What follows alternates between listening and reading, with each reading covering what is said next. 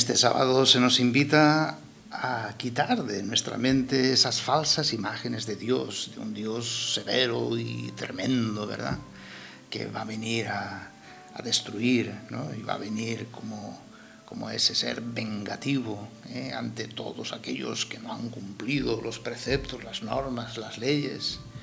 No, se trata de descubrir, pues, en Dios el único bueno, la bondad infinita, el que es solo amor y nada más que amor. Estemos preparados, y estar preparados ante el encuentro del que es bueno y es amor y todo amor no se puede hacer de otro modo ni de otra manera que amando. El que ama es de Dios y el que ama conoce a Dios porque Dios es amor. Escuchemos pues el final de esta meditación que hemos hecho de Mateo, el capítulo 25, versículos del 14 al 30. El día lunes empezamos con San Lucas.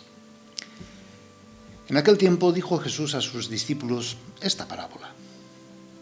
Un hombre, al irse de viaje, llamó a sus empleados y los dejó encargados de sus bienes.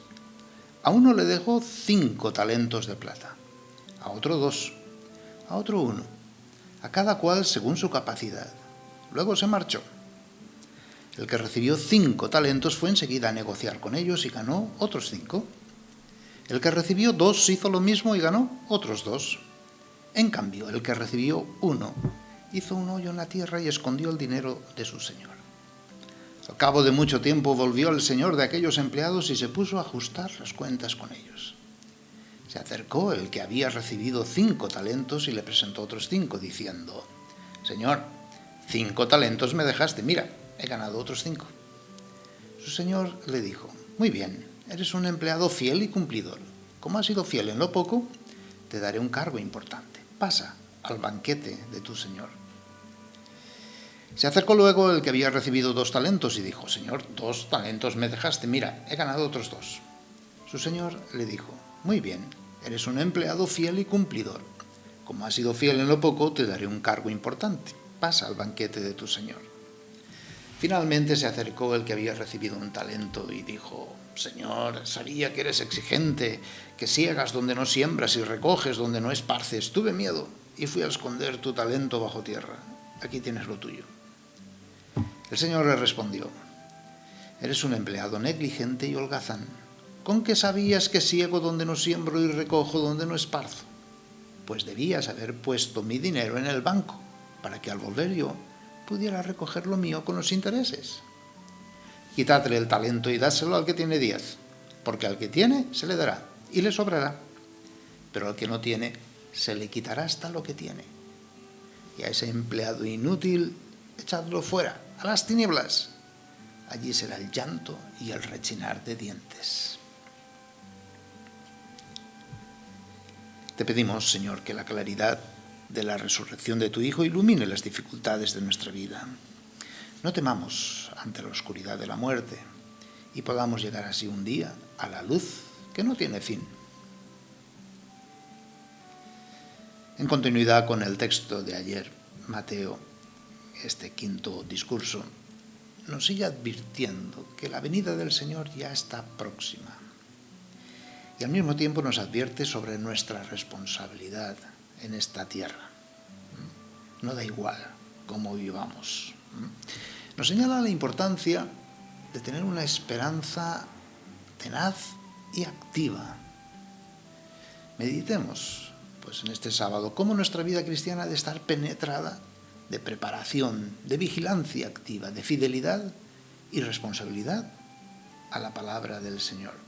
Una palabra que se nos ha sido entregada para ser dada, para ser proclamada. Es definitiva, el examen de nuestra vida será el amor, sí, pero la evangelización, es decir, has evangelizado. El Señor nos mandó: id y haced discípulos a todas las gentes. ¿Cuántos discípulos has hecho para el Señor hasta el día de hoy? De eso vamos a ser juzgados. Hoy se nos indica detalladamente cómo nuestra actividad ha de consistir en fructificar lo que ya tenemos, porque lo hemos recibido gratuitamente, Cada uno ha recibido gratuitamente una misión concreta, un talento. ¿Para qué? Para ordenarlo al amor a Dios y al prójimo. Mateo nos refiere no tanto ni al talento ni a la cantidad de talento, sino a la fidelidad y a su calidad. Nuestra preparación activa se concreta entonces en la fidelidad a la práctica de la palabra y la predicación de la misma, es decir, en ser y hacer discípulos. En definitiva, podemos hablar, como hablaban los santos padres, del talento recibido como la gracia bautismal. Una gracia que se nos ha dado gratuitamente para que ejerzamos una misión, cada uno una misión distinta, específica, ya sea sacerdocio, consagración o vida del fiel cristiano laico. Es la gracia que nos da la capacidad para ser discípulos y hacer discípulos a todas las gentes. No caigamos en la tentación de pensar que los talentos son dinero, cualidades, bienes materiales o espirituales. Caeríamos en la gran mentira, ¿no?, de esa teología falsa de la prosperidad. Consideremos que la gracia del bautismo vale más que todo el oro del mundo. Por tanto, es signo de la gracia para vivir la vida de discípulo, es decir, una vida de santificación.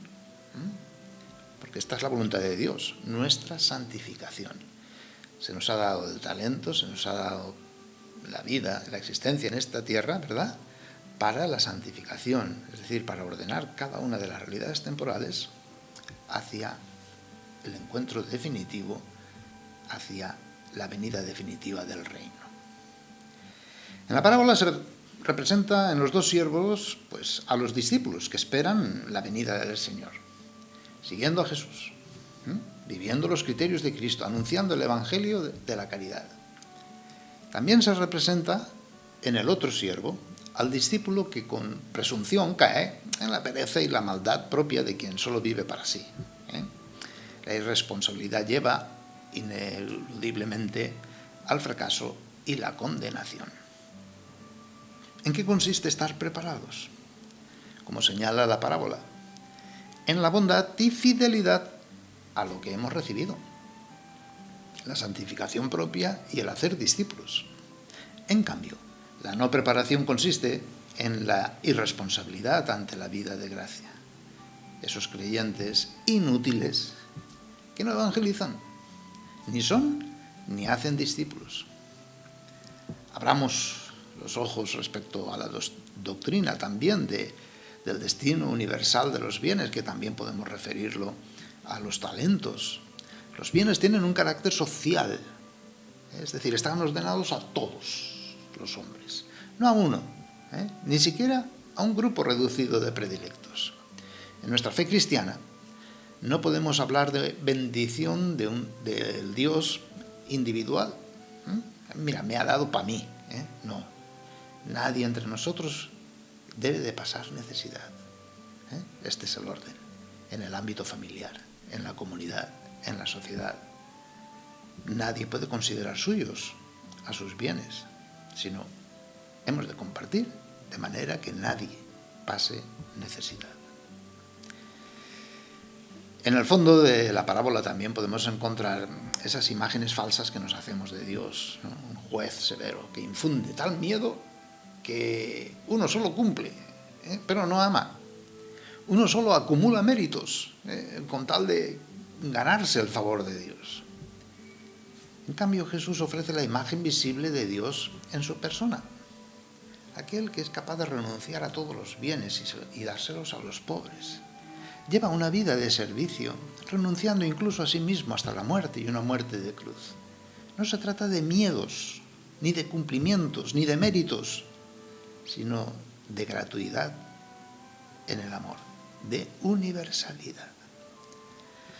Mateo procura hacernos conciencia de la necesidad de estar preparados y vigilantes. Una fe activa, una caridad trabajada y una esperanza tenaz. Pues al que tiene se le dará y le sobrará, pero al que tiene poco se le quitará aún eso poco que tiene.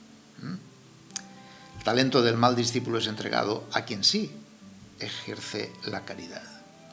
El Señor lo que quiere es que seamos sus discípulos y demos fruto, y nuestro fruto sea abundante, que ese fruto sea hacer discípulos siendo discípulos, compartiendo los bienes con los más pobres y no guardando nada por miedo o por egoísmo. El amor, la fraternidad, no son para ser enterrados, sino para ser puestos en práctica. Construyamos fraternidad. Contemplemos a Jesús en estos últimos momentos del evangelista Mateo, ¿verdad? Desde el juicio final. Hablar del juicio final es hablar de nuestra esperanza, la esperanza cristiana, donde todo mal y toda estructura de mal, injusticia, violencia y abuso serán aniquilados por siempre, y también de aquellos que lo practicaron. Y la esperanza es amor y nada más que amor.